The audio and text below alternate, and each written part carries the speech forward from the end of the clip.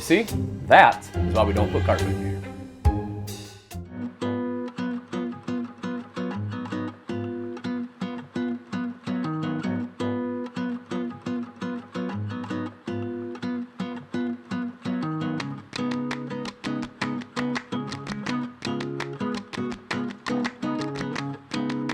So how did we get here? Well, let's start with the misses on the Sprinter 3670 FLS. And the first one is carpet.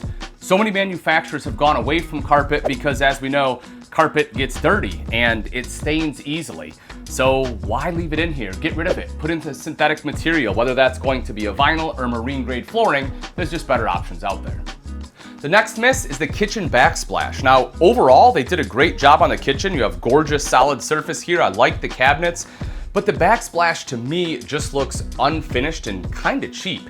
I mean, you can very easily tell from the side here that it is not actual tile. And why did they just have it behind the sink? You have all this bare space and it should be behind the cooktop because that's the purpose of a backsplash.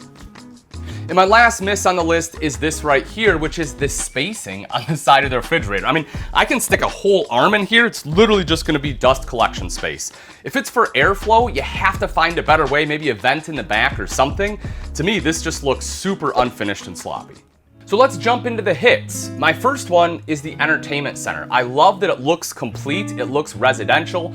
They opted out for a window and instead did a full wall with open shelving. And open shelving is becoming a huge trend we're starting to see, especially on the remodel side of RVs. And why not? It gives my wife a great place to put all of her knickknacks she bought from Hobby Lobby.